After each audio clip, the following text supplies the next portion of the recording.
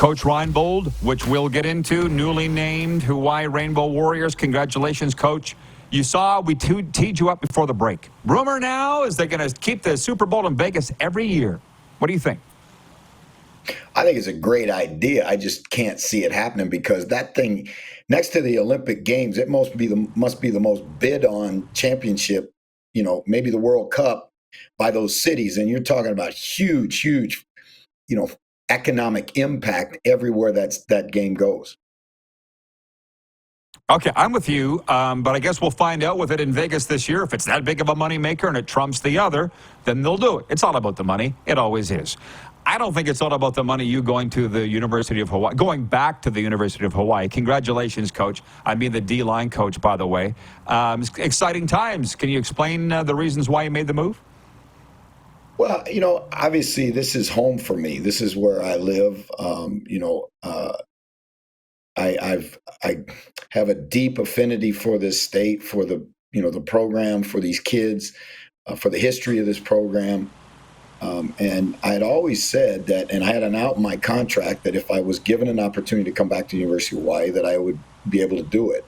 And my agent, Paul Sheehy from Pro Sports in Denver, did a great job. Timmy and I had talked about this for years, since he first got the job. And it finally became a situation where he wanted to make a change, and he called me. It was a long process because it's not as easy as it looks, right? I mean, there's a lot of things that go into it, particularly out here. We talked, and I came over and helped him with his winter conditioning program. And finally, on the 17th, they were able to offer me a contract, and Paul looked at it and gave it his okay, and then we signed it, and now we're full speed ahead. Congratulations, Coach. If you're happy, I'm happy, and I think it's a wonderful fit.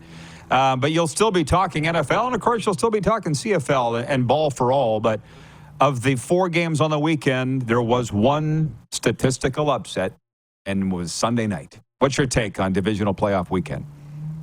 I thought it was great football, and it's what playoff football is. It's all or nothing. You're either going to win and get it done and move on to survive, or you're going to go home and watch the next round and the Super Bowl, off the couch. And the finality of it, Rod, and all of us who've been around pro sports and been in pro sports know that really the regular season is just the preseason. The real season, and where you're judged and where your legacy is built and all of those things, is what you do in the playoffs. And I think that when you look at, let's talk about Kansas City right now, there was all this concern about whether Pat Mahomes could win outside of Arrowhead in the playoffs. Don't worry about Pat Mahomes. Pat Mahomes is going to be a good quarterback, great quarterback, wherever. You can play the game, in a landfill, and he'd play quarterback pretty damn well. The challenge is, I think Buffalo is starting to develop a mental block about being able to beat the Chiefs, because they had chances. When Kansas City fumbles the ball through the end zone, instead of getting minimally 3 points, and should have got a touchdown out of that, and get no points, and you have that kind of a momentum switch in a playoff game, you would think you'd be able to finish. And they go down, and we hear those infamous words, if you're a Bills fan, wide right one more time, as they're trying to tie it and take it to overtime. So I thought Josh Allen did an awful lot. He put the team on his back. Some of their big players didn't make plays that you need to make. Stephon Diggs, there's a deep ball. He's got both hands on it. He can't finish. Even Josh one time, and it was because of pressure, he's got a receiver wide open in the end zone and can't get the ball to him because he can't step up in the pocket and the ball's underthrown.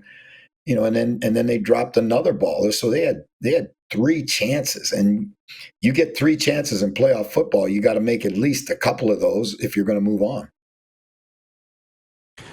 I'm fascinated by your take, and I think you're right on this mental block thing versus the Kansas City Chiefs. How would you overcome that? Sacrifice a chicken? Have a seance? What would you do?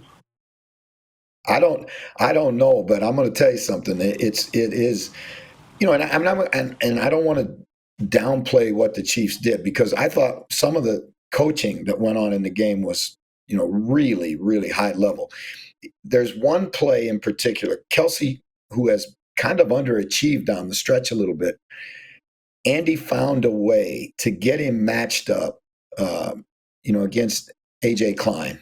He put Kelsey in the backfield, lined him up like a back to force the linebacker to cover him, and he beats AJ Klein, who has no chance against Kelsey, on a corner route for a touchdown. And it's those kinds of high-level coaching decisions that I think, separate Kansas City from other teams.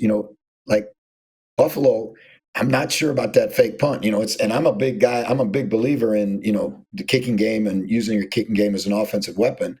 But that was a momentum changer. And, typically to do those things at home, I'm sure Sean McDermott's shaking his head a little bit about himself too, a little today. So Kansas City is a very good football team, no matter where they play. When you look at them, where I'm a little concerned about Kansas City, if you talk about the matchup with Baltimore, Buffalo ran the ball. That one drive, they ran the ball 7 times out of 9 plays and took 6 minutes off the clock to score a touchdown. If you can do that consistently well, if Baltimore can, and Baltimore runs the ball better than Buffalo does, then I think Baltimore will win against Kansas City. If Kansas City can, find ways to continue to make big plays. But, Rod, let's be honest. They're kind of limited in their weapons. Pacheco was the best offensive player for Kansas City in that game. And, their wide receivers, again, Scandling, he can't catch it and he can't carry it. So I'm not sure I'd put the ball anywhere near that guy.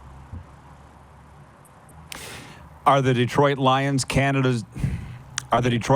America's team the rest of the way, do you think? I think the Detroit Lions are every underdog's team. Every guy who's a little too short, everybody that's not fast enough, everybody that's kind of overlooked, everybody that's got a chip on their shoulder. They're all Lions fans now, because what Dan Campbell has done in 3 years is nothing short of amazing. Rod, you and I have a little historical context on this. The Lions, we're talking about 1991, right? None of these guys on the Lions team were even around when they went to the championship round the last time. It's been 30 some years. And, you think about it. In the last, I saw the statistic today and it shocked me. I think in the last 5 years, they've averaged 4 wins a season, right? And he's been able to take that team and in 3 years, put them in the playoffs and get them to a championship game. Now, they're playing on house money right now, completely, and they're going to go into San Francisco, and they're not going to be scared, and they can run the ball.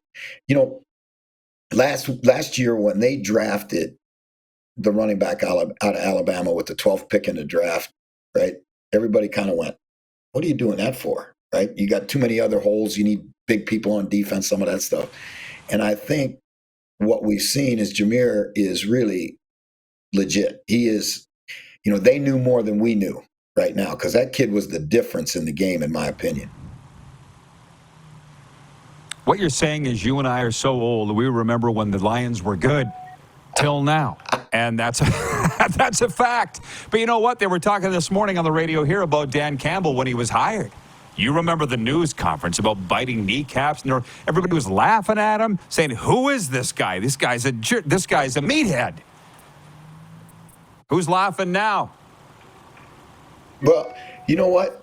He might be a meathead, right? But I'm going to tell you something. He's a pretty smart meathead, because what he can do, and I think this is really, really important, is that he can lead men, right?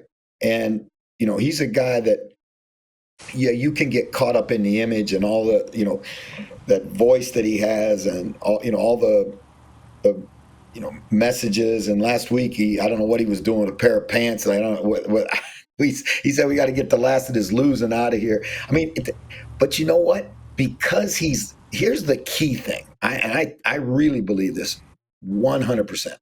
You can be just about anything you want to be as a head coach, as long as you're genuine. as long as you're authentic. And so when he gets up and speaks to his team, and I'm sure there's times his players roll their eyes with some of the stuff that comes out of his mouth, but they know he is exactly who he says he is, and he does what he says he's going to do, and he loves his players. That's the other thing. Everybody talks about relational coaches now, right? Antonio Pierce, all these guys, DeMeco Ryans. Well, Dan Campbell's every bit of that. Oh, and Chris Canty was the guy, by the way, on the radio today that said he got in a fist fight on the field with Dan Campbell. And he goes, those players love him because in Detroit, because he's been there. He wouldn't ask you to do anything he hasn't done before. You get that, right? Yeah, absolutely. Because, what you find out about pro football is players want to know, first of all, can you help them get to their next contract? Can you help them stay in the game? Can you help them be better? Right? That's the first thing. And then the second thing is they want to see, are you full of it or are you about it? And there's a difference between those two. And you can't fool them. Right? You might be able to BS them for a while, but not very long, because these players today are so smart, right? And they come in with different mindsets than when we were playing. They come in now, you just don't do what the coach says because the coach says it. They want to know why, and they want to know the reason for it and the rationale for it and how it's going to affect their life. And I think that's the facts of coaching in this generation. And if you can't get your head around that, you're going to find it's going to be really, really difficult. Hey, last one. I love being in this football mad haven of South Florida. You hear everything. And I'm talking about my buddies that I go for coffee with and hang out with. And they said Belichick was going to Atlanta. A month ago, they said that. What, you think this is all predetermined, or are they just talking noise, or how do you think this is going to... Where do you think he ends up? Well, I think anytime you're involved in these things, Rod, it ain't over till it's over, right? And when is it over? When you get that signature on the piece of paper, because he's had 2 interviews now. Harbaugh's had 2 interviews now. They have been exhaustive in the process, because I'm sure, it's going to be. I can't say I'm sure. I would believe it's going to be one of those 2 guys, but there's no guarantee that those guys, who knows what other suitors they have, right? What are their conversations with the Chargers? What are their conversations with any of the other jobs open in the league? So Atlanta has to really be proactive and make sure they have a long list of guys in case they got to go back to number 2. I just really think that for Belichick in particular, a lot of it's going to come down to how is the thing going to be structured, and what is his ability to build the roster. I think those are 2 things that are real important to him, and he's going to go where he gets that best opportunity. The first thing he's going to have to do if he gets the Falcon job, I think, Rod, is he's going to have to find a quarterback, because Desmond Ritter and, they're just not good enough. Taylor Heineke and Desmond Ritter just not good enough. I don't think, as good a coach as Bill Belichick is, I think we've learned that you're the best coach when you got a great quarterback. Isn't it interesting that nobody's talking about the Titans? Like, nobody. I read an article this morning. They've interviewed 10 people. Does anybody want to go there? Well, I mean, that to me is, one of those jobs that, the Titans, and they've been this way since they were the Oilers under Bud Adams. They have a reputation of being kind of a team that doesn't spend an awful lot of money. That, there are different. I heard a quote today, Rod, that you'll really appreciate, and it was about the owner of the Dallas Mavericks, Mark Cuban. And Mark Cuban said there are 2 types of owners in pro sports: those that want to make money and those that have a burning desire to win a championship. And I think one of the knocks on the Oilers and the Titans has been that, making money is more important than, doing whatever it takes to win a championship. And, so I think that's one of those jobs that you look at it, you got a good young quarterback, You got some weapons. I mean, you're gonna, again, you're not that far away, and you're not in a great division. Now, Houston's made the division a little tougher, but you're not in a great division. The advantage with the Falcon job is you're in a weak division where you should be able to go and compete every year if you can get the quarterback thing straightened out for a championship. Yeah, and Arthur Smith, unfortunately, couldn't do that. Well, the one thing I heard from my football guys here, I'm writing it all down, Coach. There's good jobs, there's bad jobs, and then there's just jobs. And they say that Tennessee isn't a good job for the reasons that you're saying. They don't feel that Dallas would have been had it come open. But I can tell. Well, you have something on that before I wind it up? Yeah, I think you're going to say something. I think there's a level of truth to that, because there's different, like Mark Cuban said, if your ownership doesn't have a burning desire to win a championship, let me just say this: there's millions of reasons why each of those jobs aren't bad jobs, and it's what your paycheck looks like at the end of the month. But Yeah. if you're driven to win championships, which most coaches are, then you want to go someplace where you're going to get the best chance. And in football, maybe more than any other sport, one guy, one position really dictates to a great degree the success that you're going to have, and that's the quarterback position. Well, it's clear you've got a good job. I can see the zen, the aura off you, how happy you are that you're there. So, Coach, congrats, and thanks for doing this. Rod, I appreciate it very much. Are you going to be in Vegas next week? I get in Wednesday night. We got a lot of catching up to do. I'll be there. You? All right, man. I'll see you on Radio Row. Sounds good. Thanks, Coach. Jeff Reinebold checking in from the University of Hawaii. His latest posting is defensive line coach.